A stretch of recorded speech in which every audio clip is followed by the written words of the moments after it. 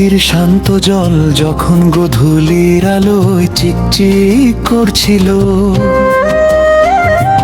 তখন নরসিংদীর সেই পুরনো দোতলা বাড়ি বারান্দায় গম্ভীর মুখে বসেছিল আকাশ।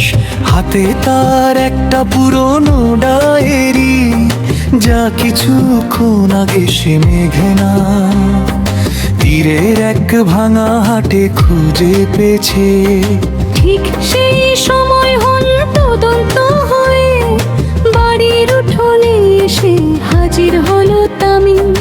তামিমের চোখে মুখে রাজ্যের আতঙ্ক, যেন পেছনে জমদূত তারা করেছে। আকাশ, সর্বনাশ হয়ে গেছে, হাঁপাতে হাঁপাতে বলল তামিম। আকাশ শান্ত গলায় প্রশ্ন করল, কি হয়েছে তামিম? নরসিংদীতে কি নতুন কোনো তুফান এলো নাকি? তামিম পকেট থেকে একটা ছোট কাচের শিশি বের করলো। শিশিটা থেকে অদ্ভুত এক নীল আভা বের হচ্ছে। এটা সেই জিনিস আকাশ, যেটার জন্য শহর থেকে লোক এসেছে। ওরা ভাবছে এটা মধু, কিন্তু তুই তো জানিস এটার এক ফোঁটা মানেই শেষ। ওরা নরসিংদীর শান্ত পরিবেশ মিশিয়ে দিতে চায়। আকাশ ডায়েরিটা বন্ধ করে উঠে দাঁড়ায়, তার চোখে এক বিচিত্র হাসি। মধু বলে বিষ খাওয়ানো তো এ শহরের পুরনো খেলা। তামিম, তুই কি সত্যি ভাবিস ওরা আমাদের ডেরা পর্যন্ত পৌঁছাতে পারবে?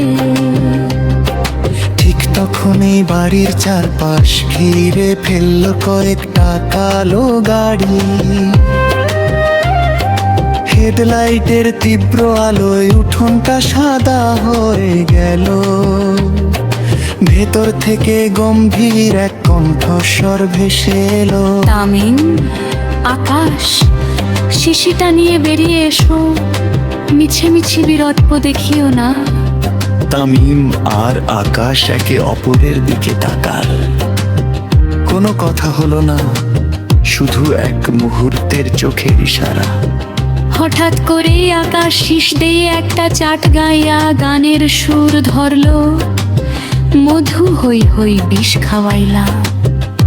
গানের সুরটা শেষ হওয়ার আগে বাড়ির পেছনের গোপন সুড়ঙ্গ দিয়ে অদৃশ্য হয়ে গেল দুজনে। গাড়ি থেকে নামালো পুরো। যখন ঘরে ঢল দেখল শুধু একটা শূন্য টেবিল, আর সেখানে পড়ে থাকা ডায়েরির পাতায় বড় বড় অক্ষরে লেখা, নরসিংদীর ছেলেদের চেনা অত সহজ নয়। বাইরে তখন মেঘনা নদীর ওপর দেও ঝোড়ো হাওয়া বইছে, যেন প্রকৃতির এই রহস্যময় লুকোচুরিতে আকাশ আর তামিমের জগান গাইছে।